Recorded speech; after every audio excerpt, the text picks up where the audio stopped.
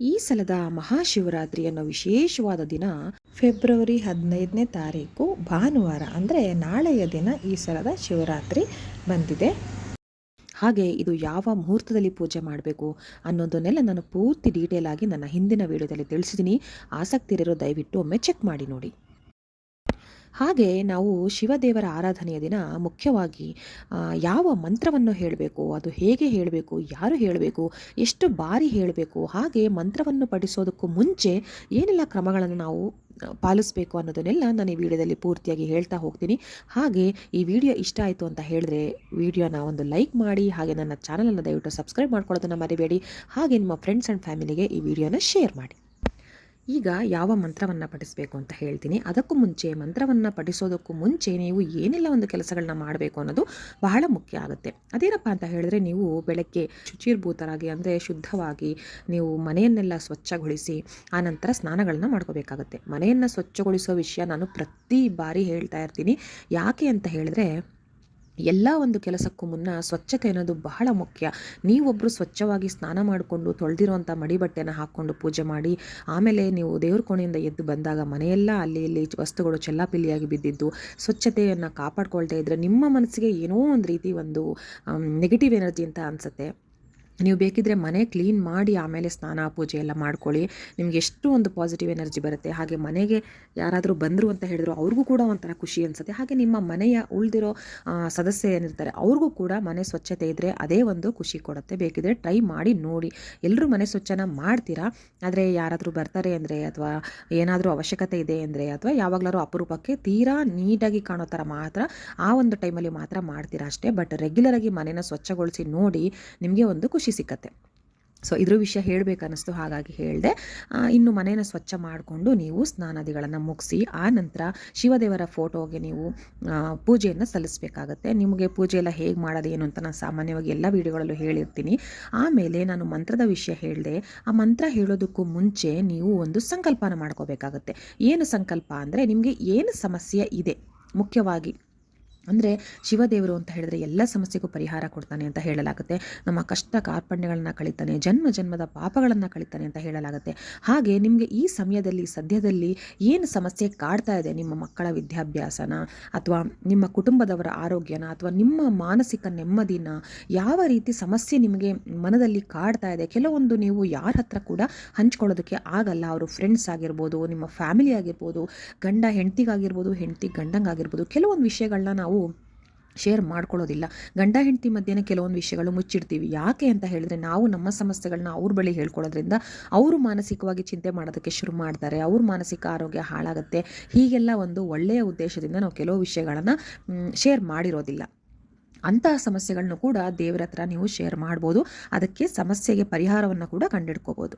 ಈಗ ಇದೇ ರೀತಿ ನಾನು ಹೇಳ್ದಂಗೆ ನಿಮಗೆ ಏನು ಸಮಸ್ಯೆ ಇದೆ ಅದರ ಸಂಕಲ್ಪವನ್ನು ಮಾಡ್ಕೊಳ್ಳಿ. ಸಂಕಲ್ಪ ಮಾಡ್ಕೊಳ್ಳೋದು ಹೇಗೆ ಸುಲಭವಾಗಿ ಅಂತ ನಾನು ಆಲ್ರೆಡಿ ಹೇಳಿದ್ದೀನಿ. ಈಗಲೂ ಕೂಡ ಒಮ್ಮೆ ಹೇಳ್ತೀನಿ. ಕೈಯಲ್ಲಿ, ನಿಮ್ಮ ಬಲಗೈಯಲ್ಲಿ ಒಂದು ಸ್ವಲ್ಪ ಅಕ್ಷತೆ ಕಾಳುಗಳನ್ನ ತಗೊಳ್ಳಿ. ಇದು ಸ್ನಾನದ ನಂತರ ನೀವು ದೇವ್ರ ಪೂಜೆ ಮಾಡುವಾಗ ಮಾಡ್ಕೋಬೇಕಾದ ಒಂದು ಕೆಲಸ. ನಿಮ್ಮ ಬಲಗೈಯಲ್ಲಿ ಸ್ವಲ್ಪ ಅಕ್ಷತೆ ಕಾಳುಗಳನ್ನ ಇಟ್ಕೊಳ್ಳಿ. ಅದಕ್ಕೆ ಒಂದು ಕೆಂಪು ಹೂವು ಅಥವಾ ಯಾವುದೇ ಬಣ್ಣದ ಹೂವನ್ನು ಇಟ್ಕೊಳ್ಳಿ. ಆ ನಂತರ ನೀವು ಬೇಡ್ಕೋಬೇಕಾಗತ್ತೆ. ನಿಮ್ಮ ಸಂಕಲ್ಪ ಏನಿದೆ, ಮಕ್ಕಳ ವಿದ್ಯಾಭ್ಯಾಸ ಚೆನ್ನಾಗಿ ನಡೀತಾ ಇಲ್ಲ, ಅದು ಚೆನ್ನಾಗಿ ಆಗೋ ಥರ ಮಾಡಿಕೊಡು ದೇವರೇ ಅಂತ ಬೇಡ್ಕೊಳ್ಳಿ. ಅಥವಾ ನಿಮ್ಮ ಮಕ್ಕಳ ಮದುವೆ ಏನು ಆಗ್ತಾ ಇರುತ್ತೆ, ಫಿಕ್ಸ್ ಆಗ್ತಿರುತ್ತೆ, ಅದು ಅರ್ಧಕ್ಕೆ ನಿಂತು ಹೋಗುತ್ತೆ, ಹೀಗೆ. ಅಥವಾ ನಿಮ್ಮ ಗಂಡ ಹೆಂಡತಿ ಮಧ್ಯೆ ಅನ್ಯೋನ್ಯತೆ ಇರೋದಿಲ್ಲ, ಅವರು ಕೂಡ ಬೇಡ್ಕೊಳ್ಬೋದು. ಏನೇ ಸಮಸ್ಯೆ ಇರಲಿ, ನಾ ಹೇಳೋದು ಜೀವನದಲ್ಲಿ ಎಲ್ರಿಗೂ ಆರಾಮಾಗಿರ್ಬೇಕಂತ ಏನಿಲ್ಲ, ಅಥವಾ ಇಂಥದ್ದೇ ಸಮಸ್ಯೆ ಬರಬೇಕು ಅಂತ ಏನಿಲ್ಲ. ಖಂಡಿತ ಒಬ್ಬರೊಬ್ಬರಿಗೆ ಜೀವನದಲ್ಲಿ ಒಂದೊಂದು ರೀತಿ ಸಮಸ್ಯೆ ಇರುತ್ತೆ. ಕೆಲವ್ರ ಹತ್ರ ಎಲ್ಲವೂ ಸರಿ ಇದ್ದು ಕೂಡ ಮಾನಸಿಕವಾಗಿ ಏನೋ ಕೊರಗ್ತಾ ಇರ್ತಾರೆ, ಯಾರ ಹತ್ರ ಹೇಳ್ಕೊಳಕ್ಕಾಗದೆ. ಅಂಥ ಸಮಸ್ಯೆ ಕೂಡ ನೀವು ಸಂಕಲ್ಪ ತಗೊಳ್ಬೇಕಾಗತ್ತೆ. ಇದನ್ನೆಲ್ಲ ನೀವು ಮನೆ ಮಂದಿಗೆಲ್ಲ ಹೇಳಬೇಕು ಅಥವಾ ಬೇರೆಯವ್ರಿಗೆ ಹೇಳಬೇಕಂತ ಏನಿಲ್ಲ. ಆದರೆ ನಿಮ್ಮ ಮನಸ್ಸಿಗೆ ಗೊತ್ತಾಗೋ ರೀತಿಯಲ್ಲಿ ಸಂಕಲ್ಪವನ್ನು ಮಾಡ್ಕೊಳ್ಳಿ. ಇನ್ನು ಮನೆಯಲ್ಲೆಲ್ಲ ಗೊತ್ತಾಗೋ ರೀತಿ ಮಾಡ್ಕೊಳ್ತೀರಾ ಅಂತ ಅಂದರೆ ಅದು ಕೂಡ ತೊಂದರೆ ಇಲ್ಲ. ಈಗ ಮನೆಯಲ್ಲಿ ಯಾರೋ ಒಬ್ಬರು ಯಾವಾಗಲೂ ಅನಾರೋಗ್ಯದಿಂದ ಇರ್ತಾರೆ, ಅವ್ರ ಆರೋಗ್ಯ ಸಮಸ್ಯೆ ನೀವು ಬೇಡ್ಕೋಬೇಕಾಗತ್ತೆ. ಅಥವಾ ಹಣಕಾಸಿನ ಸಮಸ್ಯೆ ಇರುತ್ತೆ, ಆರ್ಥಿಕ ಸ್ಥಿತಿ ಸರಿ ಇರೋದಿರಲ್ಲ. ಈ ರೀತಿ ಸಮಸ್ಯೆಗಳಿದ್ರೆ ಮನೆಯವ್ರಿಗೂ ಗೊತ್ತಾಗೋ ರೀತಿಯಲ್ಲಿ ಹೇಳಿ ಆ ನಂತರ ನೀವು ಸಂಕಲ್ಪವನ್ನು ತಗೊಳ್ಬೋದು. ನಿಮ್ಮ ಬಲಗೈನಲ್ಲಿ ಸ್ವಲ್ಪ ಅಕ್ಷತೆ ಕಾಳನ್ನು ಇಟ್ಕೊಂಡು, ಒಂದು ಹೂವನ್ನು ಇಟ್ಕೊಂಡು ಶಿವದೇವರನ್ನು ಮನಸಾರೆ ನೆನಪಿಟ್ಕೊಳ್ಳಿ. ಮನಸ್ಸನ್ನು ಆಚೆ ಈಚೆ ಮಾಡ್ದಂಗೆ ಮನಸಾರೆ ಶಿವದೇವರನ್ನು ನೆನೀತಾ, ಈ ಒಂದು ಸಮಸ್ಯೆ ನನಗಿದೆ, ಅದನ್ನು ದಯವಿಟ್ಟು ಪರಿಹಾರ ಮಾಡಿಕೊಡು ಅದಕ್ಕೋಸ್ಕರ ಅಂತ ನಾನು ಈಗ ಮಂತ್ರವನ್ನು ನಾನು ಹೇಳ್ತೀನಿ, ಮಂತ್ರವನ್ನು ಪಠಿಸ್ತಾ ಇರ್ತೀನಿ ಅಂತ ಹೇಳಿ ನೀವು ಶಿವದೇವರಿಗೆ ಬೇಡಿಕೊಂಡು ಆ ನಂತರ ನೀವು ಲಿಂಗಕ್ಕೆ ಪೂಜೆ ಮಾಡ್ತಿರೋ ಅಥವಾ ಫೋಟೋಗೆ ಪೂಜೆ ಮಾಡ್ತಿರೋ ಅದರ ಬುಡಕ್ಕೆ ಈ ಒಂದು ಅಕ್ಷತೆ ಹಾಗೆ ಹೂವನ್ನು ಹಾಕಬೇಕಾಗತ್ತೆ. ಅದಾದ ನಂತರ ನೀವು ಸಾಮಾನ್ಯವಾಗಿ ಹೇಗೆ ಪೂಜೆ ಮಾಡ್ತೀರಾ ಮಾಡಬೇಕಾಗತ್ತೆ. ಆಮೇಲೆ ಈಗ ನಾ ಹೇಳೋ ಒಂದು ಮಂತ್ರ ಹೇಳಬೇಕಾಗತ್ತೆ. ಬಹಳ ಒಂದು ಎಲ್ರಿಗೂ ಸಾಮಾನ್ಯವಾಗಿ ಗೊತ್ತಿರುವಂಥ ಮಂತ್ರ ಆದರೂ ಕೂಡ ಬಹಳನೇ ಶಕ್ತಿಯುತವಾದ ಮಂತ್ರ ಅಂತ ಹೇಳ್ಬೋದು. ಈಗ ಮಂತ್ರ ಯಾವುದು ಅಂತ ತಿಳ್ಕೊಳ್ಳೋಣ. ಮಂತ್ರ ಹೀಗಿದೆ: ಓಂ ನಮಃ ಶಿವಾಯ, ಶಿವಾಯ ನಮಃ ಓಂ. ಇಷ್ಟೇ ಮಂತ್ರ. ಆದರೆ ಹೇಳೋದಕ್ಕೆ ಮಾತ್ರ ಇಷ್ಟೇ, ಆದರೆ ಬಹಳ ಶಕ್ತಿಯುತವಾದ ಮಂತ್ರ. ಖಂಡಿತ ನೀವು ಟ್ರೈ ಮಾಡಿ ನೋಡಿ, ನಿಮಗೆ ಗೊತ್ತಾಗತ್ತೆ ಇದ್ರ ರಿಸಲ್ಟು.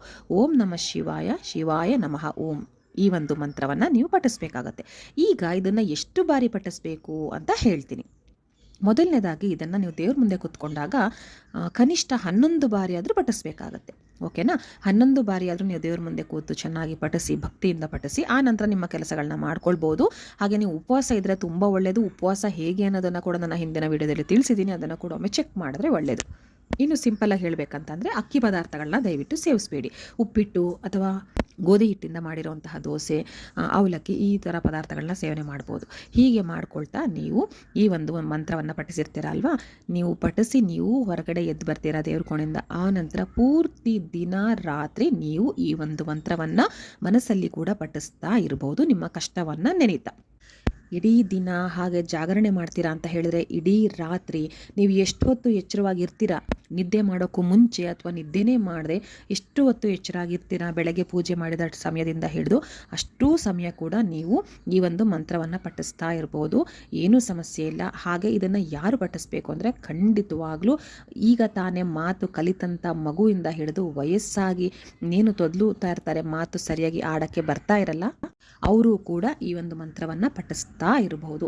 ಇನ್ನು ಆರೋಗ್ಯ ಸರಿ ಇಲ್ಲ, ಬೆಳಗ್ಗೆ ದೇವರಿಗೆ ಪೂಜೆ ಮಾಡೋಕ್ಕಾಗೋದಿಲ್ಲ, ನಾವು ಮಲಗಿದ್ದಲ್ಲೇ ಮಲಗಿರ್ತೀವಿ, ಹುಷಾರಿಲ್ಲ, ಈ ರೀತಿ ಏನೇ ಸಮಸ್ಯೆ ಇದ್ದರೂ ಕೂಡ ನೀವು ಕೂತಲ್ಲೇನೆ ಮಲಗ್ದಲ್ಲೇ ಶಿವನನ್ನು ಬೇಡ್ಕೊಳ್ತಾ ನನ್ನ ಸ್ಥಿತಿ ಹೀಗಿದೆಯಪ್ಪ ಅದನ್ನು ಸರಿ ಮಾಡಿಕೊಡು ಅಂತ ಕೂಡ ಅವರು ಕೂಡ ಈ ಒಂದು ಮಂತ್ರವನ್ನು ಪಠಿಸೋದಕ್ಕೆ ಏನೂ ತೊಂದರೆ ಇರೋದಿಲ್ಲ.